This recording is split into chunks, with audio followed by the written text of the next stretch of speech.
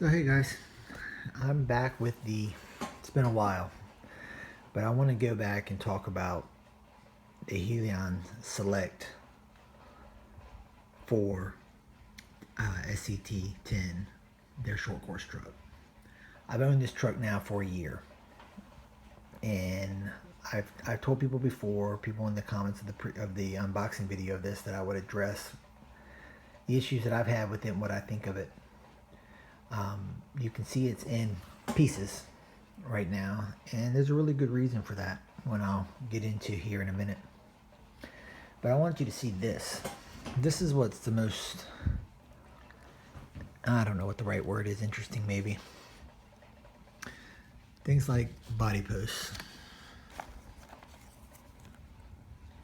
steering spindle, which is like the C-hub. Actually, the spindle is the knuckle, and then the spindle carrier is C-hub. And arm bushings, these little bushings. We'll talk about that.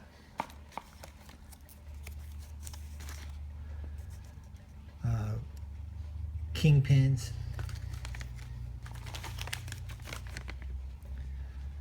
New body mounts. Steering spindle or steering knuckle. You've seen 2 of those. You're right. There's going to be a lot more of those. Ball cup sets. More random hardware.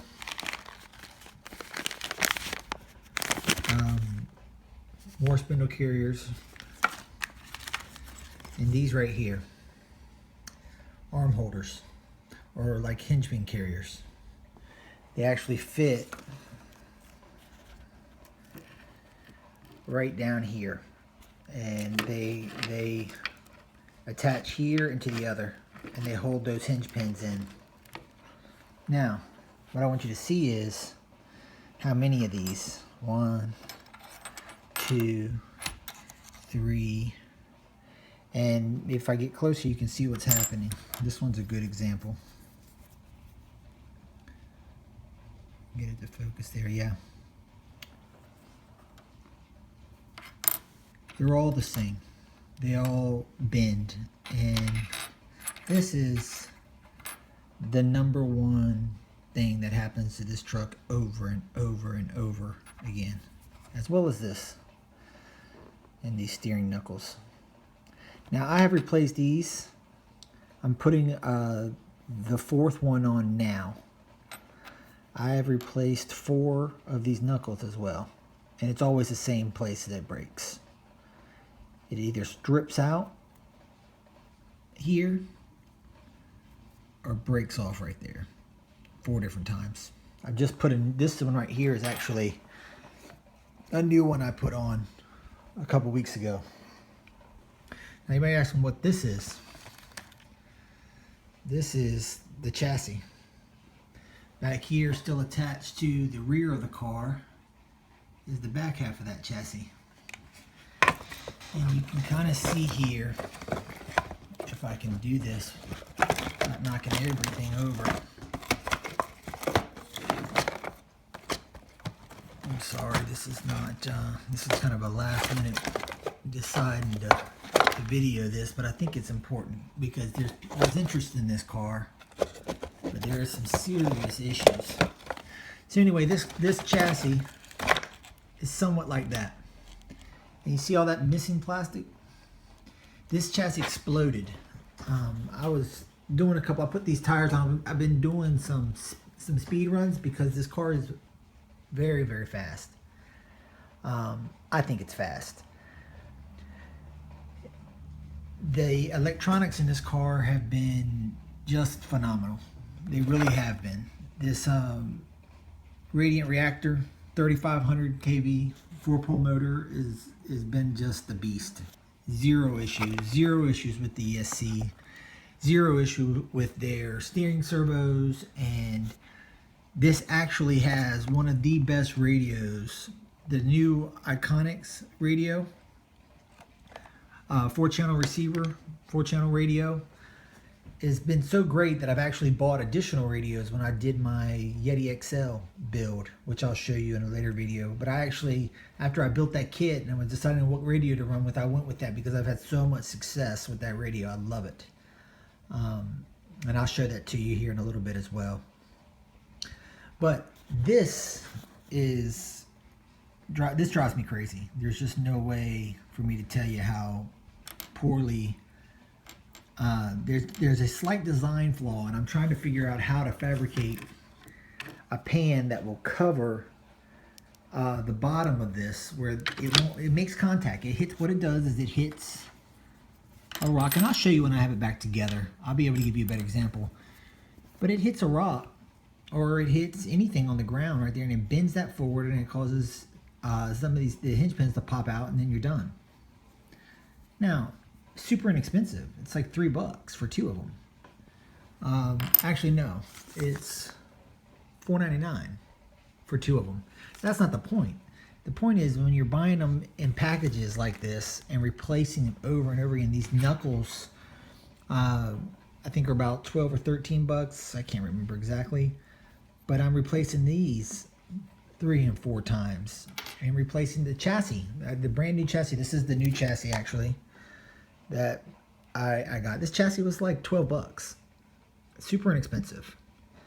That's not the point. It's the fact that in a year, and someone said, "Oh, well, you must beat it to death. You must be super hard on it." I don't. I'm a trail guy and crawler guy. I own everything Axial's put out. This was my first entry into short course. I wanted something different. I didn't want a slash, and I didn't want the common SET trucks that are out there. I wanted something different, and this came along. This was recently released last December, and I picked this up because of all of the aluminum upgrades and all the things that I thought were going to be nice. And even though I'm showing all of this carnage and replacement parts, I love the truck. It's a great truck driven in the right conditions. It's sold as a basher. It's sold not as a race platform. But I tell you, you drive it in the wrong conditions and heavy rocks and gravel and places with that if you're not on flat surfaces or you're not on a racetrack, you're gonna bend the heck out of these things, and you're gonna break these. But like I said, the electronics, the speed of this truck, drive shafts have been great. The diff setup out of the box, the center and rear and front diffs it just performed really, really well. But anyway, I'm gonna get back to wrenching, putting this thing back together, and then I'll show you when it's all done how it comes out. I mean by when I say it's a fast truck and it performs well and it jumps well, it does all of those things well. I think that owning this truck requires driving it in the right kind of conditions. I mean, you got to know that it's a short course truck, and it's not, I don't know how to say that. People bash their RCs the way they want to do it. I'm just trying to share my experience. Some guys haven't had any issues, but the proof is in the pile of parts for me owning this truck. And like I said, even though the parts are inexpensive, it's still the very fact that it's the same part over and over and over again. I would say owning this truck, one of the first things you want to do is get in here and Loctite all of these pieces. Any place that's going into metal, there's a lot of metal, a lot of aluminum on this truck. Motor mounts are aluminum, all of those things, and you need to get through it and check your screws, especially after the first time you run. Part of the issue initially with this is this ball cup. The screws right through the C-hub into this knuckle, and they want to back out. And you go in there and you Loctite them, and it's important to do. It's important to do on all RCs, but especially on this one. That'd be my advice with this truck. Anyway, I'm gonna get back to it, and I'll show you again here when I'm done how it turns out and how it drives. All right, so I've got it all put back together. See, the body is just quite a bit of damage. There's cracks that I sealed.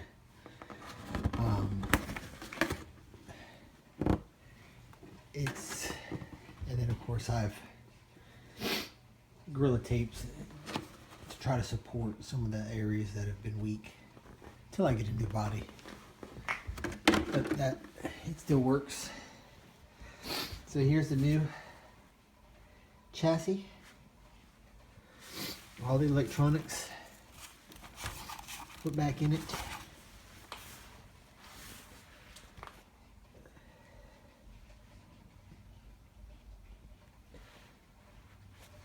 I have opened up all the diffs, put new oil in all the diffs, and I put on the new hinge pin carrier and bushings. I've talked about in the beginning how they plague you. So with that, with replacing these hinge pin carriers, you see how this plate doesn't cover this. So if you hit a rock or if you hit something there, it ruins your day. Like I showed previously, I've done it so many times. 1, 2, 3, multiple times. These are the knuckles that I've also replaced. There's a few more that I haven't been able to put my hands on. But anyway, the truck is back together. It's ready to go. Excited to get it back out. I do enjoy it. It is super fast. It's super fun. And knowing some of the issues that it has will help out somebody else that was to get one. And then of course the next project is getting the Trail Finder 2 back up and running. But anyway, just some of my thoughts after owning the truck for a year and the issues that I've run into. And that's it. Thanks a lot. Give us a like, give us a subscribe. I appreciate it. More videos to come.